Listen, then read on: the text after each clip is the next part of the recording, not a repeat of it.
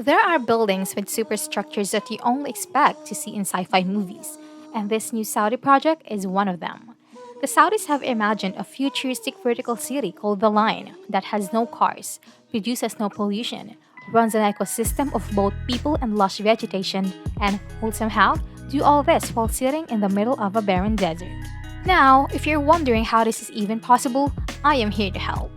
In this video, I will show you how the Saudis came up with the idea for the line, how much it will cost them, and whether or not it is even possible. Welcome to Luxurious Vibe! Now to understand what the line is, first I need to introduce you to the bigger project it falls under, Neom. In 2017, the Crown Prince of Saudi Arabia introduced the world to a vision he had for a futuristic utopian city called Neom that would be built in the Tabuk province of Saudi Arabia near the Red Sea. The area is located on the Gulf of Aqaba and the Red Sea, with the Straits of Tiran connecting both of them. On the opposite side of Tiran lies Sharm el-Sheikh, an Egyptian city that is a tourism hotspot and is one of the most popular and expensive seaside resorts in Egypt. Most likely, the Saudis have been watching this success with some envy for some time, and the entirety of Neom could be an effort to duplicate that success. So, what exactly is Neom about? Neom is a collection of futuristic superstructures that is at the center of an initiative called Saudi Vision 2030. This project is the country's way of becoming less reliant on crude oil, diversifying its economy, and speeding up research in a number of scientific fields. Now, the Neom itself is divided into three main parts. The first part is Octagon at the basic level. Off the coast of northwestern Saudi Arabia, the Octagon is a $500 billion floating futuristic structure. It's an octagon-shaped megacity that the Crown Prince says will be a model for how people, industries, and technology can work together in harmony with nature. Half of the city will float on the 600-meter deep Red Sea, and it will have the largest hydrogen production facilities, which will be the basis of its hydrogen economy. There will be no cars, only high-speed rail transit systems. However, it will feature air travel in ports that will have a capacity of around 3.5 million TEU, making it one of the biggest in the world. The second part of Neom is Trojana, and it is here that the Saudi ambition is taken a completely different level. Trojana will be cut out of or into Saudi Arabia's highest mountain range. It will be a world-class place to visit. We're talking about a superstructure in mountains as high as 1,500 meters to 2,600 meters above sea level, and it will cover about 60 square kilometers. But that's not even the most impressive part of the project. The climate in these mountains varies between months. So the Neom team will create different experiences for different times of the year. Eventually, there will be a ski resort, a music festival, mountain biking, and a house of other fun and relaxing activities. The third part of the Neom project brings us full circle, and if any of the projects I just mentioned sounded impressive, then this one is a showstopper because it is the most integral part of the Neom project. The line. On the 25th of July 2022, the Crown Prince of Saudi Arabia, Mohammed bin Salman, unveiled the line as a revolution in the world's approach to civilization that will prioritize humanity before anything else. In simpler terms, he wanted the line to be the model for how future worlds would look, and the vision is beyond stunning.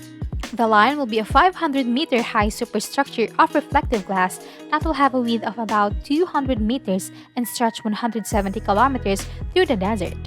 Cutting through the mountainous terrain within the line, 9 million residents will find a home. And despite the insane population, the line will only take up 34 square kilometers of the desert. Like Octagon, the line will run entirely on renewable energy.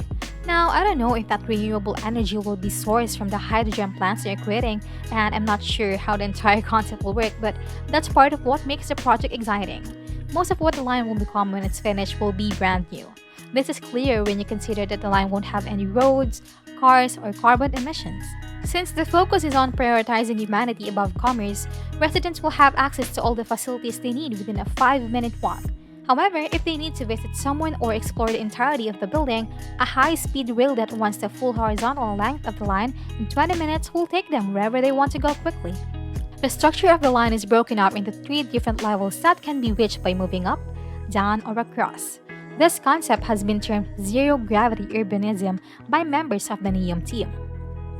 The first level of the line will be pedestrian only, with no roads, no cars, only paths, and green parks that encourage walking and other leisure activities.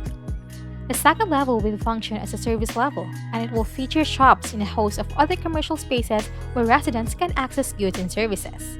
The third level is the lowest level, and it will serve as the backbone of the city. This is where the high speed transit system will transport people and goods across the city. The city's features don't end there. Artificial intelligence will also play a major role in the residents' way of life. Automation will be the new normal, promoting efficiency throughout the futuristic city. The city will also feature digital air, and what that means is that there will be free high speed Wi Fi for all residents in the line. The weather will also be manipulated all year to serve the residents' needs. We have already seen this happen in Dubai through cloud seeding technology, and with a couple of other new solutions, artificial clouds will be created and rainfall will occur more often than not in the desert location. We aim to bring you videos about luxury and fine living and create a community for luxury enthusiasts. If you like the video so far, don't forget to subscribe to the channel, hit the like button, and turn on the notification bell to be notified every time a new video is uploaded. On the business and socioeconomic front, everything from the energy to the water that residents will drink will be 100% renewable, and the city will not operate within Saudi Arabia's current governmental framework. It will have its own tax system, its own liberal labor laws, and an independent judicial system. So the next question you might want to ask at this point is how much? How much will all this grand project cost? The cost of the line, in order to answer the question of how much a project such as the line will cost, first, we need to go back to 2017, when Project Neom was first announced. At the time, a lot of ideas were thrown around. On one hand, the team spoke about having flying cars, robotic stewards, and a couple of other sci-fi inspired elements. But it sounded too good to be true, and no one believed it would see the light of day. But the critics wouldn't be the first to underestimate the role of the city, and in 2019, construction officially began. The first slated time of completion was 2025, but several delays pushed that date further down to 2030. The main reason for the delay is that the project was supposed to cost $500 billion. This crazy amount was supposed to come from the Saudi government and the Saudi Arabian Public Investment Fund, a sovereign wealth fund shared by the prince himself. However, the cost has recently doubled, and the Neom team has said that if they want to finish the project by 2030, they will need at least $1 trillion. But if you ask me, I think they are still grossly underestimating how much Neom will cost. The problem with projects like the line is that the only estimates can be made, and no one can accurately tell how much a futuristic linear city will cost. Why? Well, because no one has ever made a futuristic linear city, and $1 trillion is a conservative estimate. The line will probably cost twice as much, if not more. It happened with the Panama Canal expansion. A project that was meant to cost $4 billion went on to cost almost $6 billion, and that's for a non-futuristic structure. Another good example is the Tesla story. Elon Musk lost hundreds of billions of dollars and missed many deadlines while trying to make the first electric cars a reality. The line is an incredibly expensive and incredibly risky venture that cannot afford to fail because if it does, it might ruin the Saudis.